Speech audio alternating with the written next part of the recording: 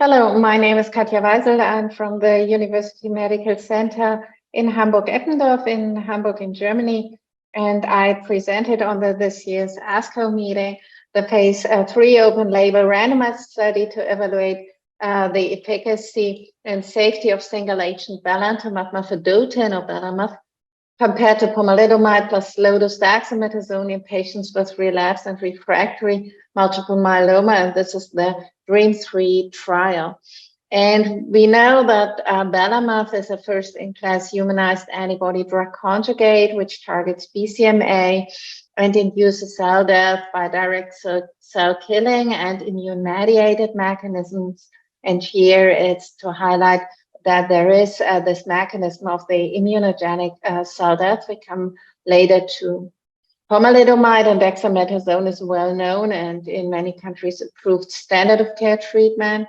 It's a doublet for relapsed and refractory multiple myeloma. And so DREAMM-3 was a superiority study designed to evaluate single agent belamaf versus pom-dex doublet in patients with relapsed and refractory disease at second relapse or later. And this is the study design. 325 patients went into the DREAMM-3 trial. The randomization was 2-to-1, and patients were stratified based on ISS prior lines of treatment and prior anti-CD38 monoclonal antibody exposure. And belamaf was given in the approved dose of 2.5 milligram per kilogram every 3 weeks, 30-minute infusion. And pom-dex was given in the well-known 4-week cycle. However, the disease assessment was performed in both arms every 3 weeks in parallel. Primary endpoint was progression-free survival, key secondary endpoint, overall survival, and many other regular secondary endpoints. When you look on the patient characteristics, the median age was 68, was a bit higher than in other trials with evaluation of any BCMA treatments. About 20% of patients were triple refractory. In the belamaf arm, more patients had equal or more than 6 prior lines. With a median follow-up of 11.5 and 10.8 months respectively, about half of the patients were still on study, and about half of those are still on treatment. And the most common reason for going off study was progressive disease. Only very few patients in both arms had to stop due to the burden of procedure. And now we come directly to the primary endpoint, which was progression-free survival. Median progression-free survival was longer for belamaf, 11.2 months, compared to 7.0 months for pomalidomide and dexamethasone. However, how could that be that more than 4-month benefit did not turn into statistical significance, as you see, and the hazard ratio of 1.03? There was a crossing of the Kaplan-Meier curves at about 4 months.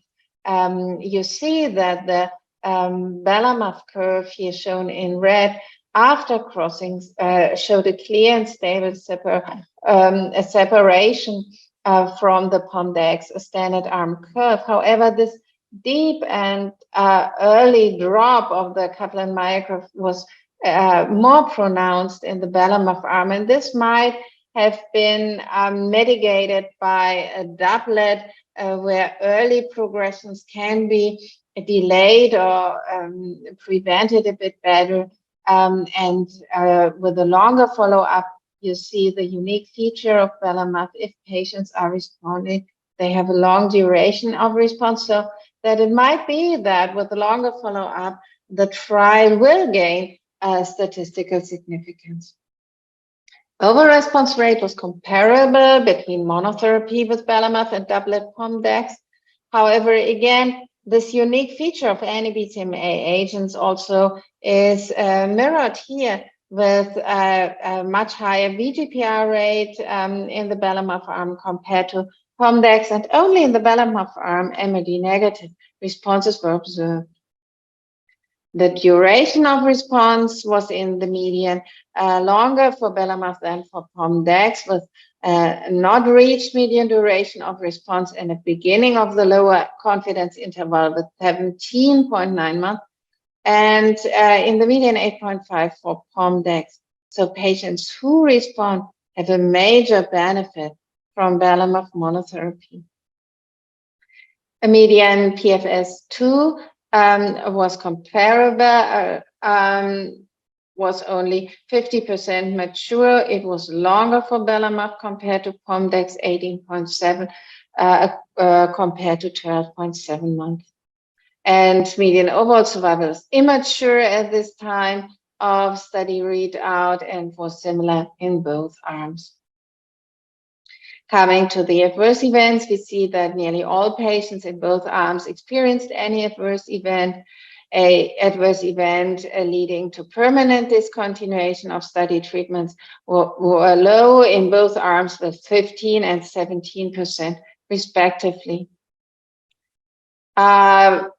Regarding specific toxicity, we saw that neutropenia was more pronounced in the pomalidomide dexamethasone arm compared to the belamaf arm. And even it is worth to highlight that higher grade infections, grade 3 or higher, were about half in the belamaf arm compared to the pomdex arm, and overall in both arms low, with 25% in the pomalidomide dexamethasone arm and 13% in the belamaf arm when compared to other anti-BCMA directed agents. We know that belamaf leads to specific ocular toxicity, and the documentation of the ocular toxicity in DREAMM-3 was focused on the visual acuity measured by the Snell score. You see here visually outlined that severe decreases in visual acuity were rare and fortunately occurred only in 2 patients. More patients had a more discrete decrease in visual acuity. We know that this adverse event is completely reversible, and this takes about 6 to 8 weeks until the patients will recover in the median. Here you see the complete list of ocular toxicities, and again you see in this busy slide that grade 3 or higher ocular toxicities were rare under belamaf. Most of the toxicities were grade 1 or 2. Coming to the patient-reported outcomes, we saw that 70% or more than 70% felt not at all bothered or only a little bothered by treatment side effects in both arms, as outlined here in the green and dark green columns. Regarding the global health status, we saw stability in both treatment arms with a trend towards improvement at later time points when the disease comes better under control. Compared to pomalidomide and dexamethasone, a more favorable trend in fatigue scores was observed for belamaf, and a substantially higher proportion of belamaf patients experienced meaningful improvement in fatigue. So to conclude, we can say that single-agent belamaf compared to pomalidomide and dexamethasone demonstrated a longer median PFS, although PFS hazard ratio did not reach statistical significance. It demonstrated a deeper and more durable response rate with an equal or more than VGPR rate of 25 compared to 8%, and a not reached median duration of response versus 8.5 months. Survival data were immature, no new safety signals were observed, and the PRO data indicate that belamaf is well tolerated with a positive impact on important health outcomes. And we are really keen to see the combination regimens with belamaf, and those studies, especially DREAMM-7 and 8, are eagerly awaited in regards of results. So, however, this study did not meet its primary objective of demonstrating PFS superiority, we can say that dex-bearing monotherapy appears to show similar levels of clinical activity to a doublet regimen in relapsed and refractory multiple myeloma disease, and is an agent which is able to bring anti-BCMA really also in frail patients and those who can have no access to other anti-BCMA treatments. I thank you very much for your attention.